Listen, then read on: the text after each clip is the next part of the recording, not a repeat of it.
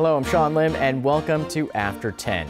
You may know Korea as a manufacturing power, a technological power that's recently charmed the world with its culture. And with the government's push to transform Korea into a creative economy, its cultural content may lead the way. On today's After 10, we speak with the figurehead of this booming industry. After going through rapid industrialization in the 70s and 80s and an information technology boom in the 90s, Korea is currently entering the creative economy era. The content industry has been a major driving force behind the creative economy, and Korea's content industry has made remarkable progress along with advanced technology. From films, music, and games to animations and broadcasting, Korea's content industry has evolved over the years, and the Korea Creative Content Agency has played a central role in turning the nation into a content powerhouse. After spending 30 years as a journalist and working as the Senior Secretary of Public Relations at the Presidential Office of Cheongmadae in 2010, Hong Sang-pyo became the president of Korea Creative Content Agency last year. On today's After 10, we speak to him about the future of Korea's content industry. Well, President Hong, thank you so much for joining us tonight on After 10. So your organization, the Korea Creative Content Agency, what role does it play? 한국콘텐츠진흥원은 방송 영상이라든지 그다음에 게임, 음악, 애니메이션 같은 우리나라의 콘텐츠 산업의 전반을 총괄적으로 지원하는 기관입니다. 지금부터 5년 전 2009년도에 한국방송영상산업진흥원, 그다음에 한국문화콘텐츠진흥원, 그다음에 게임산업과 같은 이런 각 장르별 진흥기관을 효율성을 위해서 하나의 통합기관으로 만들었습니다. 근데 그 이후에 이제 연간 저희들이 약 3천억 원 정도의 예산을 가지고 콘텐츠의 기획과 콘텐츠의 생산, 해외 수출을 포함한 유통, 그다음에 콘텐츠의 기술 개발, 또 인력 양성, 그리고 콘텐츠 산업의 연구 개발과 같은 분야에 한 90개 정도의 사업을 연간 저희들이 추진을 하고 있습니다. Well, in your inaugural speech last year, you said that you were going to create a more flexible and younger organization. So apparently that's your vision to move the contents industry forward in the modern direction. What kind of results have you had so far? 사실 이제 제가 작년 3월 달에 콘텐츠진흥원장에 취임을 했는데 그 직원들한테 결국 우리의 사업을 효율적으로 진행하기 위해서 무엇이 가장 중요하냐? 저는 현장과의 소통이라고 생각을 했습니다. 결국 현장이라는 것은 콘텐츠 산업계에 있는 여러 업계 분들, 그들의 요구가 뭔지를 파악을 해서 이것을 저희들 사업과 전반적인 콘텐츠 정책에 반영하는데 나름대로 노력을 좀 했습니다. 그래서 우리가 지난해에 콘텐츠 관련된 여러 정보를 종합해서 안내하고 산업을 지원하는 콘텐츠 종합지원센터를 설립을 했고, 올해는 콘텐츠 업계의 금융 지원을 좀 원활하게 할 수 있는 그런 콘텐츠 공제조합을 만들기 위해서 현재 작업을 추진하고 있습니다. So it sounds like you did a lot of work going around listening to the concerns of all of the players in the content industry. Does that have any kind of connection to your prior experience as a journalist for almost 3 decades? 저는 사실 30년 가까이 언론 현장에서 일한 저는 제 스스로를 언론인이라고 생각을 합니다. 언론이라는 건 뭐냐면 결국은 국민들 간의 사람과 사람과의 소통을 시키는 그런 역할을 하는 것이 저는 언론이라고 생각하고요. 또 우리가 말하는 소위 컨텐츠라는 것도 컨텐츠의 궁극적인 목표는 결국은 사람들을 서로 소통하게 하는 것이다. 그런 면에서 저는 제가 일했던 언론과 지금 제가 일하는 콘텐츠진흥원의 역할이 크게 다르지 않다 이렇게 생각을 합니다. 저의 언론인으로서의 경험이 이 창의력과 상상력을 기반으로 하는 이 콘텐츠 업계에서 콘텐츠 관련 지원 기관을 이끄는데 저는 나름대로 도움이 된다고 생각을 하고 제가 지금까지 일을 하면서도 그런 부분에서 저는 나름대로 제 경험이나 이런 것을 살려서 역할을 잘 하고 있다. 그렇게 스스로는 자부를 하고 있습니다. Well, you not only connect people here in the country together to communicate, as you said. Last month you held Asia's largest international broadcasting trade fair. 네. You brought domestic companies together with international buyers. How did that go? 지난 9월 11일이었죠. 11일부터 13일까지 저희들 코엑스에서 제 13회 국제 방송 영상 견본시라는 걸 열었습니다. 그래서 올해는 보니까 작년보다 또 더 관심이 커져서 전체가 4천만 달러가 넘는 정도의 그 계약 실적을 올렸어요. 그다음에 특히 뭐 여러 가지 그 KBS라든지 또 SBS라든지 이쪽 그 주요 지상파 방송에서 내놓은 드라마들이 또 많은 관심을 끌었고 특히 이런 것들은 특히 아시아에 있는 많은 TV 방송사들로부터 많은 러브콜을 받았습니다. 그래서 이번에 13번째 이 행사가 진행이 됐는데 13년이 됐죠. 그래서 이제 앞으로 저희가 보니까 역시 이제 이 BCWW 행사가 이제 우리 방송 콘텐츠의 선 판매 시장으로 이제 자리를 잡아가겠구나 이런 생각을 하게 됐습니다. Well, speaking of the exports market for Korean content, I believe it grew 9% from last year to about $2.5 billion. What part of that growth does your organization take credit for? 사실 우리 지금 한국의 경제는 전 세계에서 15번째 규모죠. 15번째 규모지만 사실 아직까지도 전 세계적인 측면에서 볼 때 우리나라의 컨텐츠 시장은 작습니다. 예. 그래서 결국 우리의 컨텐츠 산업이 생존할 수 있는 길은 결국 해외로 나가는 길밖에 없다. 이렇게 생각을 합니다. 그래서 지난해 전체 컨텐츠 수출액이 약 5조 원 정도 됐습니다. 그래서 올해는 이미 6개월 동안 통계를 내보니까 작년보다는 9.2%, 약 10% 정도 성장을 했지요. 컨텐츠를 처음에 만들고 기획하는 단계에서부터 수출을 생각을 합니다.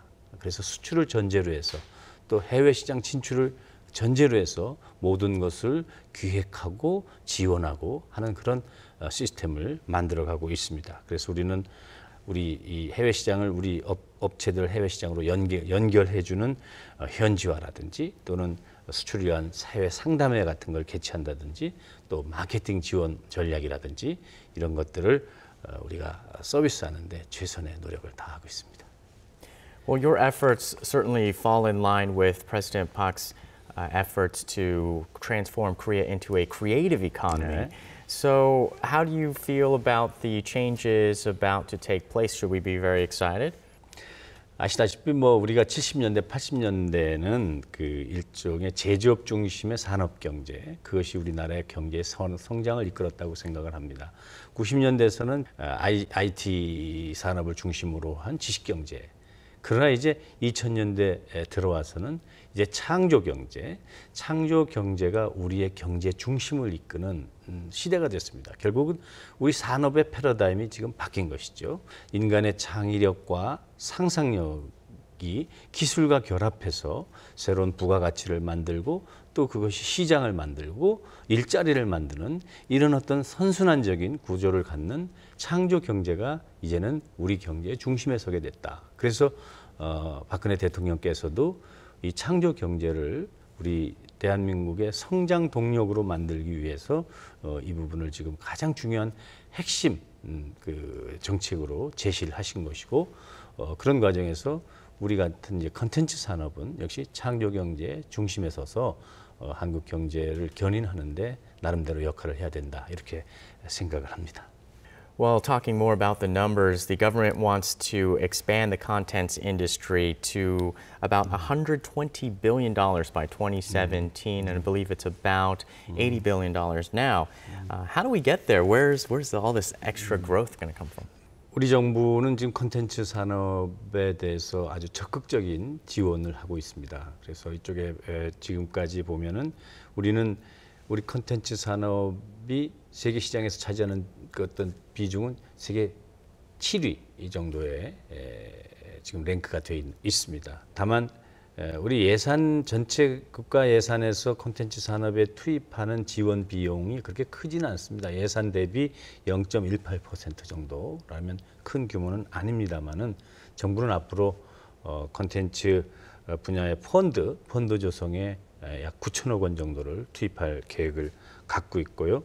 또 어떤 아이디어에서 창작, 또 창작이 창업으로 이루어질 수 있는 어떤 그런 종합 지원 시스템인 콘텐츠 코리아 랩을 지금 설립하려고 계획을 지금 진행을 하고 있습니다. 그래서 그 콘텐츠 코리아 랩을 앞으로 한 5년 동안에 한 20여 개 정도 지금 만들 계획을 갖고 있고요. 거기에도 지금 내년에 100억 원 정도의 예산을 별도로 지금 편성을 했고요. 그래서 2017년 앞으로 한 해수로 치면 5년 뒤가 되겠습니다. 2017년이 되면 콘텐츠 산업의 전체 시장 규모가 1,000억 달러, 그러니까 120조 원 정도 되겠습니다. 그다음에 수출액도 100억 달러를 넘도록 이렇게 지금 기대를 하고 지금 지원 계획을 짜고 있습니다. Well, a lot of the businesses that do operate in the contents industry in Korea are small businesses, about 97% of them. That mirrors the overall economy. They have revenue of less than $1 million, maybe 10 employees or fewer. How do you support these small businesses so that they can survive the rough patches and then grow into more successful companies? 콘텐츠 산업의 가장 취약점은 바로 뭐냐면 너무 이 업체들이 영세하다는 겁니다. 지금 말씀하신 대로 대부분이 중소기업이거든요. 그다음에 90% 이상이 10명 이하의 고용 인원을 갖고 있는 아주 쉽게 얘기하면은 우리말로 구멍가게라고 얘기를 합니다. 그렇게 작은 규모라. 그래서 역시 그 사람들의 가장 큰 어려움은 자금을 조달하는 문제거든요. 또 우선 규모가 작으니까 뭐 신용도 없고 그러니까 담보 능력도 없고 그러기 때문에 금융권으로부터 제대로 된 어떤 금융 지원을 받을 수가 없습니다. 그래서 우리가 그런 가장 근본적인 문제를 해결해 주기 위해서 지금 공공금융기관으로 콘텐츠 공제조합을 설립을 하려고 합니다. 그래서 지금 준비가 잘 진행이 되고 있습니다. 그래서 10월 달에 가급적이면 10월 달 내로 이 콘텐츠 공제조합을 출범시키고 내년부터는 본격적인 지원 사업에 들어가려고 생각을 하고 있습니다. Well, the contents industry got a lot of attention last year when Psy's Gangnam Style brought in about $1 billion of revenue. How long has the content industry, though, been pursuing this type of global attention, even long before Psy? 지난 2003년이죠. 2003년에 일본에서 겨울 연가가 방송이 됐습니다. 그래서 굉장한 인기를 끌었죠. 그래서 이제 이 중화권에서 한류라는 말이 나오기 시작을 했습니다. 그 후에 드라마를 중심으로 해서 시작했던 한류는 그다음에 요즘 말하는 K-팝 음악으로 옮겨갔죠. 작년에 싸이는 엄청난 이 선풍을 일으키고 그렇게 큰 인기를 끌었습니다. 그래서 지금은 각 장르별로 저는 어느 정도 한류는 본궤도에 올라가고 있다 이렇게 생각을 합니다. 그래서 현재 한류가 많이 이렇게 세계 인기를 끌면서 우리의 상품 수출도 견인을 하고 있습니다. 예를 들어서 화장품 같은 경우는 수입이 수출을 이길 수가 없었어요, 지금까지. 그러나 지난해 화장품 수출이 국제 수출 흑자가 됐습니다. 결국 우리가 사온 것보다 판 게 많아졌어요. 그건 바로 뭐냐면 우리의 한류에 영향받은 외국의 여성들이 우리의 화장품을 많이 구입했다. 이렇게밖에 해석을 할 수가 없습니다. 그래서 결국은 한류 그 문화상품이 $100를 팔면 우리의 소비재는 $412 정도가 팔린다라는 그런 통계를 한국수출입은행의 한 연구소에서 낸 그런 자료도 있습니다. 그만큼 지금 현재는 우리의 한류가 많은 경제 효과를 불러일으켜서 다른 산업까지를 이렇게 뒷받침하고 견인해 나가는 그런 과정이다라고 말씀을 드릴 수가 있습니다. So, what do you think explains the Hallyu wave? If, from your perspective, as having a great overview of many different aspects of the Korean wave, what about Korea or Korean products or stories, music really appeals to the international market? 한류의 K-pop 가수들 또 드라마 이런 것이 그냥 뭐 단순하게 인기를 끄는 게 아니고 뭔가 그 속에 뭔가 매력의 포인트가 있다고 생각을 합니다. 우선 우리 가수들, 특히 K-pop 가수들 보면 아주 그 세련된 안무 그리고 함께 춤추는 이 군무 이런 부분들은 외국 사람들이 흉내 낼 수 없는 나름대로 우리 독특한 개성이 있다고 생각을 합니다. 또 우리의 어떤 그 드라마도 보면은 스토리에 아주 박진감 넘치는 스토리라든지 또 그 안에 연기력이라든지 또 이런 그래서 우리 고유의 또 그러면서도 우리 고유의 문화적인 DNA가 녹아 있는 이런 작품들 그야말로 저는 작품성이 굉장히 뛰어나다.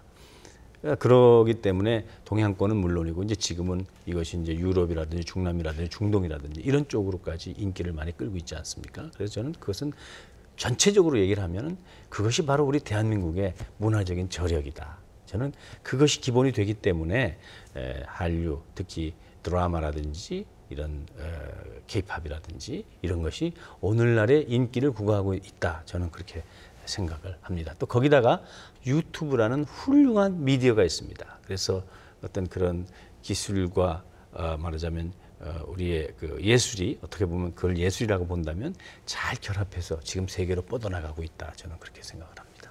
So you said before that you've turned your organization into a more flexible, young, place to work.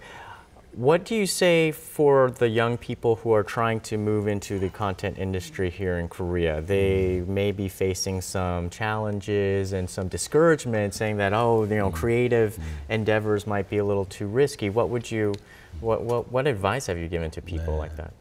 이 콘텐츠의 생명력이라는 것은 결국은 창의성이다라고 저는 생각을 합니다.